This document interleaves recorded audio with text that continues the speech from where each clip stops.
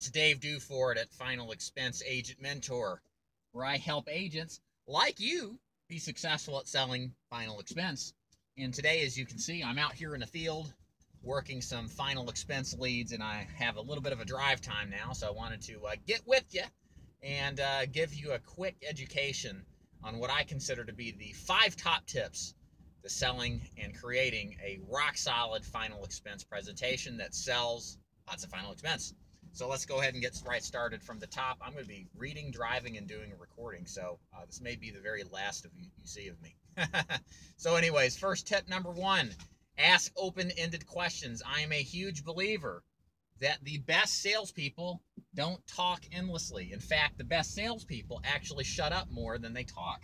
In fact, it's hard to believe the best salespeople listen. And the way that they listen and the way that they ask effective questions is they ask open-ended questions. An open-ended question is where you ask a question that does not result in a definite yes-no type of answer. So, how are you feeling? What are your thoughts on this? What were your thoughts and concerns? These are just basic questions that we can ask in context of selling final expense that will give us a tremendous amount of detail and, more importantly, emotion behind whatever it is that's motivating this person to talk to you about buying life insurance potentially. So anyways, I like this. It works very well. I highly recommend that you do it, and you should do it immediately from the beginning of every single final expense sales call. Point number 2, kind of in the same lines here. You definitely want to be pre-qualifying your prospect. There's nothing more that I hate at this stage in the game as a final expense producer than wasting time with deadbeats. What's a deadbeat, you might ask? Well, it's the person that has had 4 or 5 other agents in before me, but is too cheap to come off cash and doesn't care about their loved ones. So they're the proverbial tire-kicking time wasters. There are always, in every sales, whether you sell final expense or something else, there are criteria in which allow you to give yourself the best chance of selling somebody. You have to determine what your criteria are for identifying your best buyer. So, for example, in final expense, what I need to know from a prospect as quickly as humanly possible: is there a need? Is there a desire? Is their health qualified? That's easy. Is there a bank account to draft? And do they actually have a budget that they can easily afford to part with? I need to know this stuff as quickly as possible. And the series of questions that I ask earlier on, not later on in the sales presentation, allow me to figure out if this is a high odds buyer or a low odds buyer. I want to spend time, and I want you to spend time with your high odds buyer. Forget the low odds stuff. Stop begging these losers to buy insurance. They're losers because they're losers. All right, you're not going to change them into winners overnight.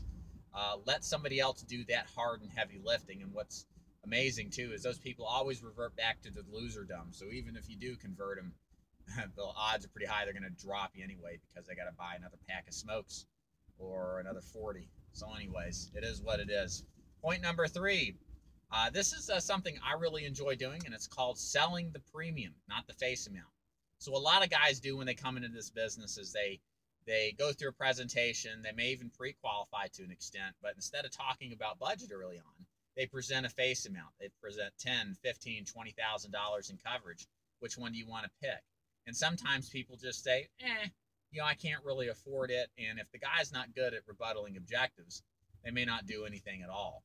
So here's where I'm going with this. Selling the premium establishes 2 things earlier on. Number 1, it gives you an idea, and most importantly, what the client is comfortable affording. This, again, is a pre-qualification metric, budget. You want to know this as quickly as possible because it's going to tell you whether this person is actually going to have the financial capacity to buy. Very important final expense. The other thing, too, is that it eliminates the price objection, right?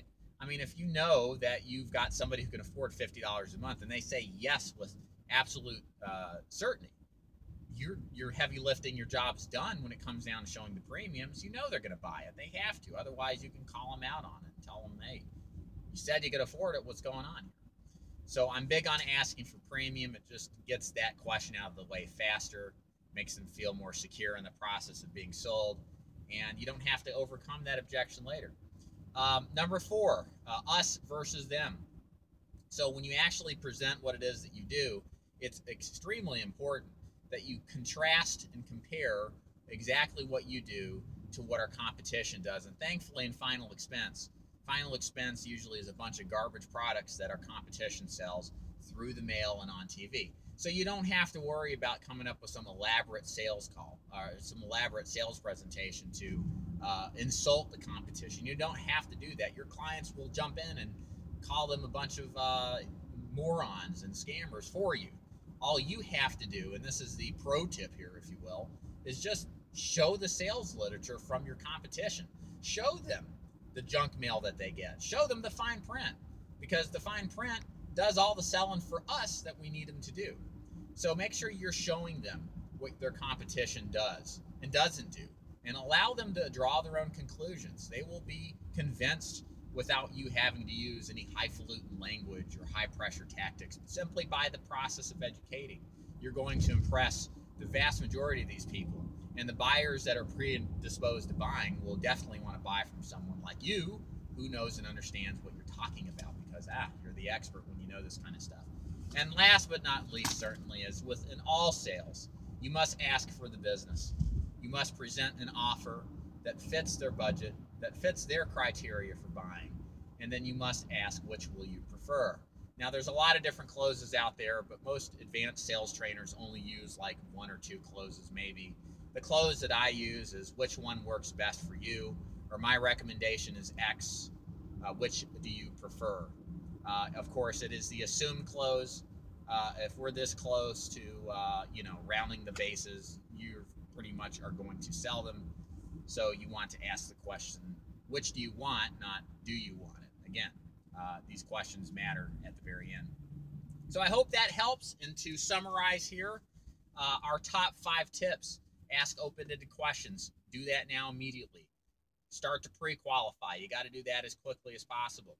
Figure out if they're worth your time or not. Sell premium. Get that budget objection out of the way. Everybody's going to feel a lot better.